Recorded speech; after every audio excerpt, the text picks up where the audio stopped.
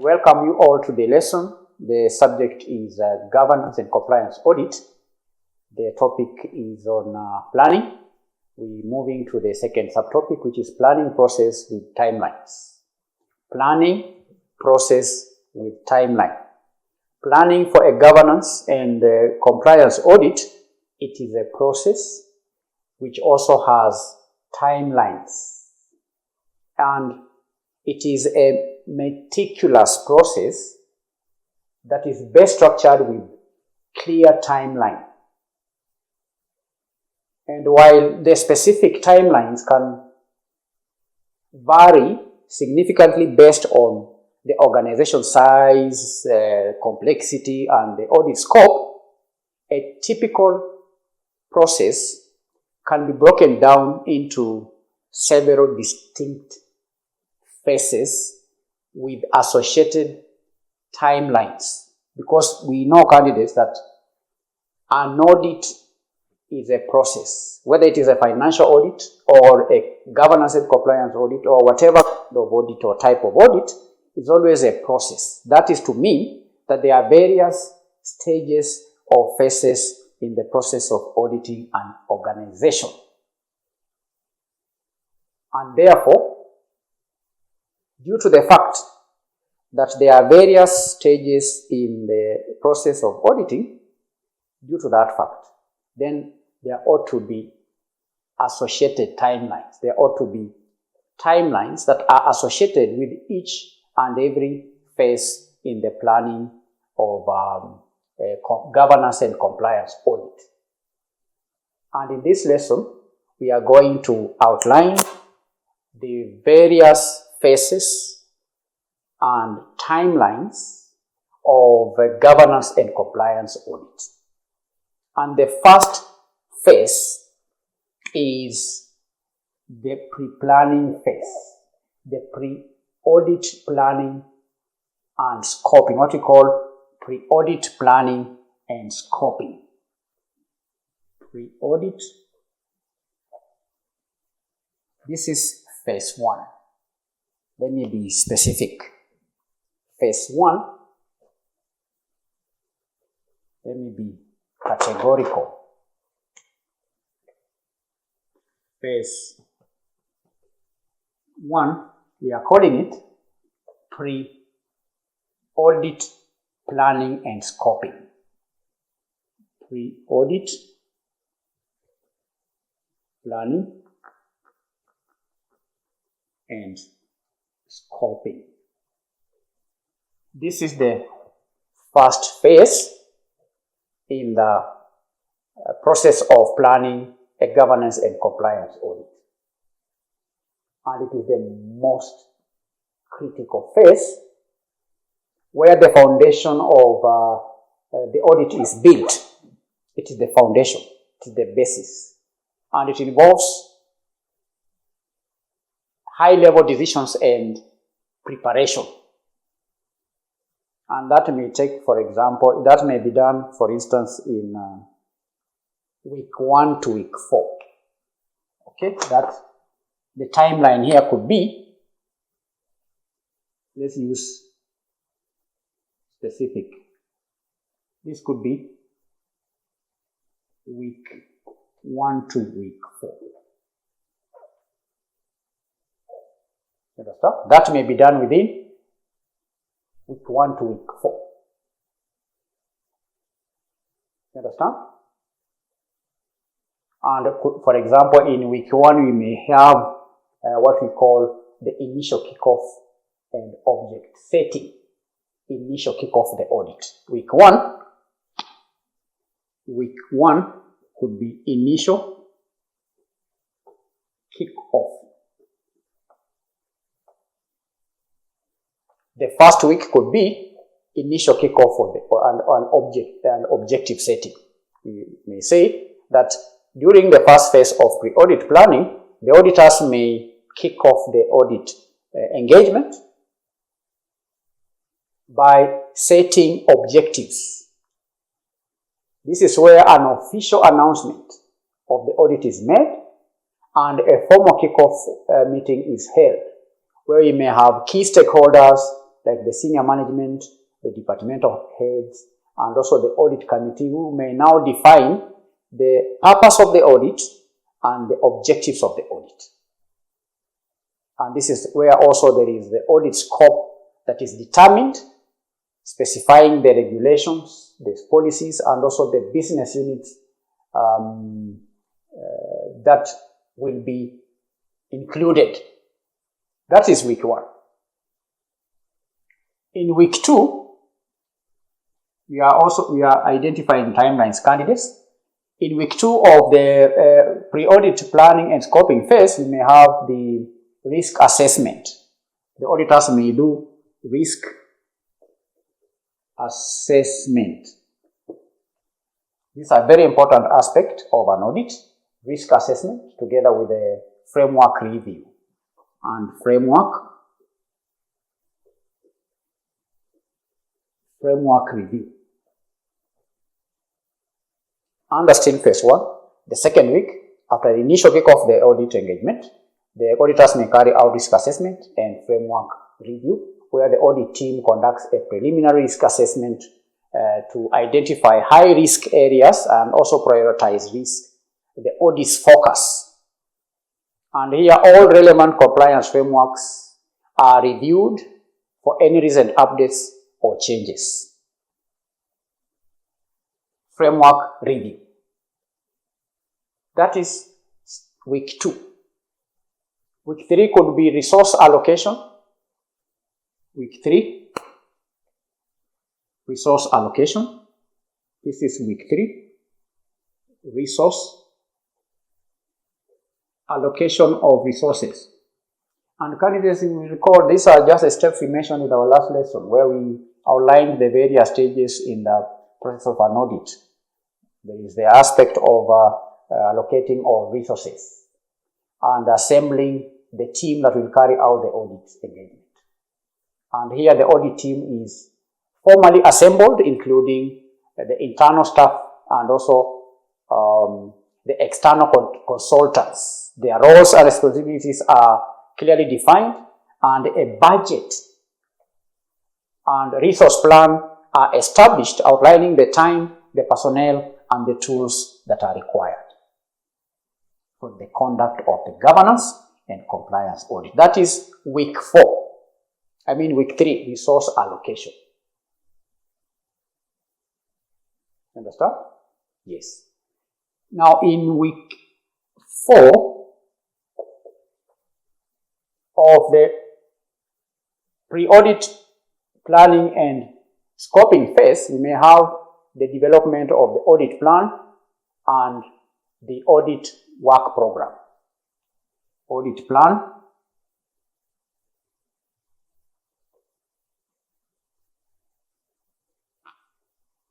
and program. Week 4, the auditors may develop an audit plan and an audit program, where there is now the team comes up with a detailed audit work program, which outlines the specific procedures, the specific tests, and also evidence gathering activities. And this plan includes a clear timeline for field work, for reporting, and also for the follow-up. And there may also be a communication plan that is drafted to ensure that stakeholders are kept informed throughout the process. Now let's analyze the second phase, phase 2. Now phase 2 of audit planning is the field work and evidence gathering. Field work and evidence gathering.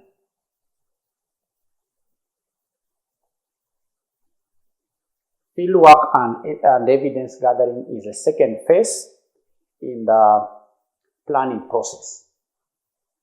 And this may take, say, week 5 to 12. Let's say the timeline here could be week 5 to week 12, because the previous phase ends at week 4, then the phase 2 begins week 5. And the phase is field work. After the planning has been done, then the auditors have to go to the field. And this phase is the execution phase, where the audit plan is put into action, and the timeline for this phase can be the longest depending on the complexity of the audit. Fieldwork and evidence gathering. So, for example, week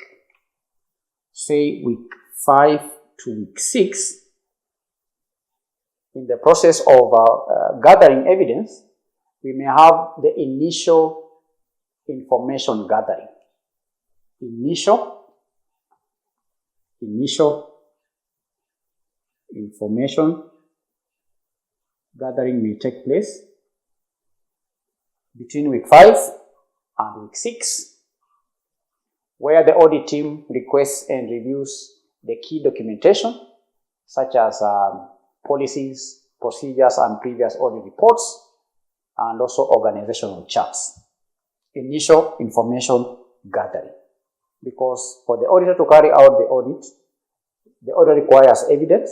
Where does this evidence come from? The evidence comes from the company that is being audited, and therefore in week 5 to week 6, the auditor may seek to be given access to the company's procedures, also the organizational charts.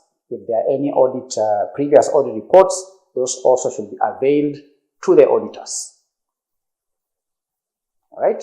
There may also be initial interviews that are conducted with the key personnel to gain an understanding of the business processes and controls. Here, the audit team seeks to have a meeting with the company's top-level management in order to understand the operations of the organizations and so on. That is week 5 to week 6 of the second phase. The field work and evidence gathering phase. Then we may also have the control testing and data analysis that may be carried out, say, in week 7 to week 10. Alright? Week 7 to week 10, the auditors may do control testing and data analysis. Control testing and data analysis.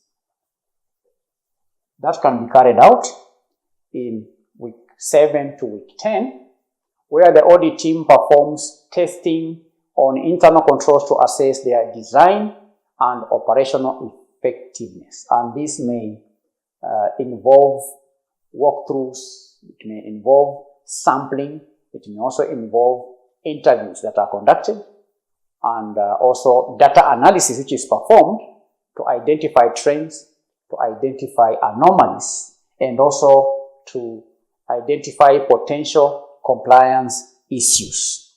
That is a control testing and data analysis that may be carried out between week 7 and week 10 of the second phase of the audit engagement.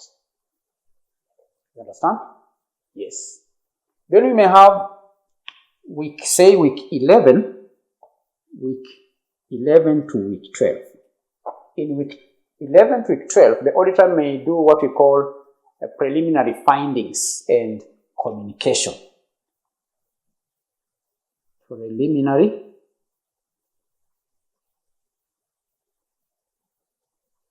findings and communication. After testing the internal controls, after doing the data analysis, the auditor may come up with preliminary findings as a result of the tests that have been carried out in week 7 and week 10. So in week 11 and week 12, there could be preliminary findings and communication, where the audit team begins to summarize its findings, to summarize its observations, and preliminary recommendations. Here again, there could be a regular cadence of communication with the audit departments, management, to discuss potential issues that may have arisen, which allows for early clarification and more collaborative process.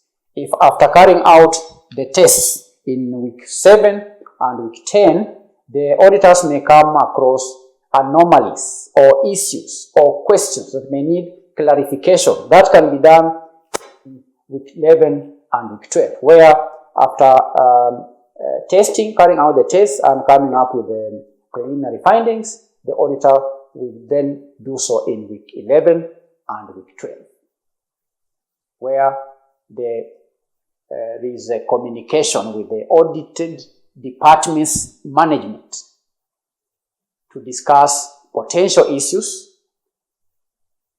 as they arise. Because when that happens, early enough, there is a rapport that is built. There is also room or chance for the audited departments to provide clarification on matters that the auditors may have come across during the control testing and data analysis. Control testing and data analysis. That is week 11 to week 12. So that's all for phase 2. We move to phase 3, reporting and remediation. Phase 3.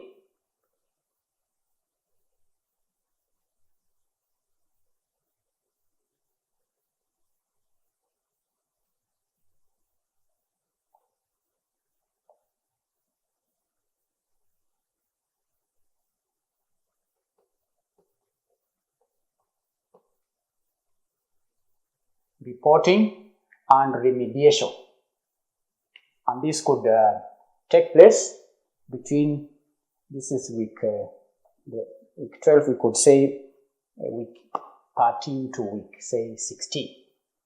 Week, the timeline, week 13 to week 16. That can take place between week 13 to week 16, and this phase candidates focuses on documenting the findings and agreeing on the way forward. For example, in week 13, the auditor may draft the report and management review. Week 13. Week 13, draft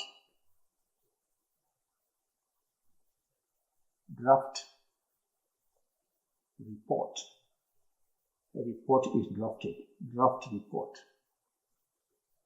And management review. Alright? So a draft report is prepared, which includes the audit's scope and objectives, and a summary of findings and specific recommendations. And this draft report is presented to the audited department's management for review and feedback. After drafting the report, it is now subjected to the department that has been audited for any recommendations or feedback. For review and feedback. That is week 13. In week 14 of the reporting and remediation process or stage, the company, the audit firm may seek what we call management response and action plan. Management response and action. Management action may be required, or management response. Here, the management of the audit department provides a formal response to the findings and recommendations, because here you recall the findings and recommendations are developed and communicated to the relevant department. So the auditors may require any response on the same. And this response includes a clear action plan outlining who will be responsible for remediation and what actions will be taken, and the target date for completion. Because the auditor may come across areas that require remediation or corrective action. So the auditors may seek to know how the areas that have been pointed are going to be acted upon. So that has to be communicated from the relevant department, and that is in week 14. Week 14. Then in week 15, we may have the final report distribution. Final report distribution. Week 15. Final report distribution may happen. Final report distribution, and also a closing meeting.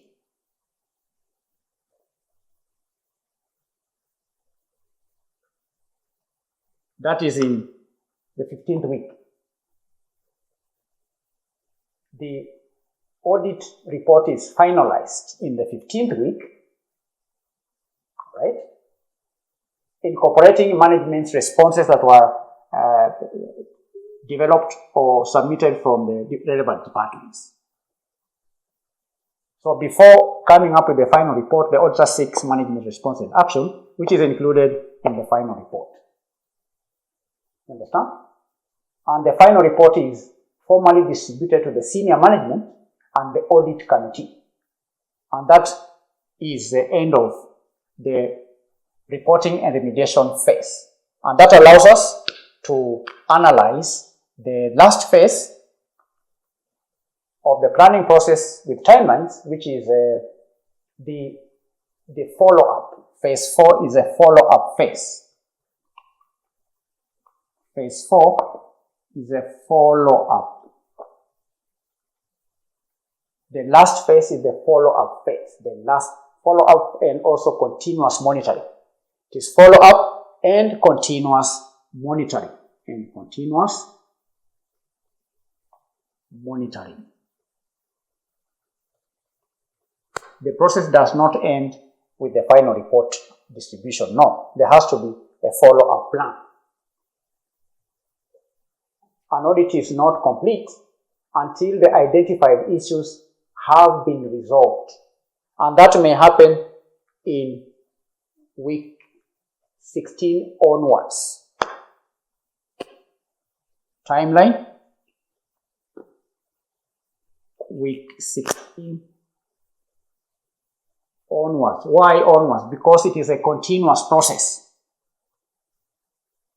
The follow-up and continuous monitoring will take place beginning of week 16 onwards. Beginning of week 16 onwards. Follow-up and verification will take place, where the audit team schedules a follow-up review at agreed upon date. It could be, say, 3 to 6 months later. And the purpose of this review is to verify that the agreed upon remediation actions have been implemented and are operating effectively. So that is follow-up. Then it said it is also an ongoing process. It is a continuous improvement where the audit findings are used to inform and improve future governance, risk, and also compliance processes. And also the organization may adopt a continuous auditing approach to monitor controls and risks in real time. So that's the end of the lesson, candidates, on the planning process with timelines. I've put some fictitious timelines to help you understand the lesson. There are 4 stages in a planning process. The first one is pre-audit planning and scoping. The second one is fieldwork and evidence gathering. The third phase is reporting and remediation. Then lastly, follow-up and continuous monitoring. And at each phase, we have identified what are the timelines and the milestones. For example, in phase 1, we may have initial kickoff meeting in week 1. In week 2, risk assessment and framework review. In week 3 of the first phase, we may also have resource allocation. Week 4, audit plan and the program may also be developed. That may take 4 weeks. The second phase may just take 2 weeks. That is from week 5 to week 6.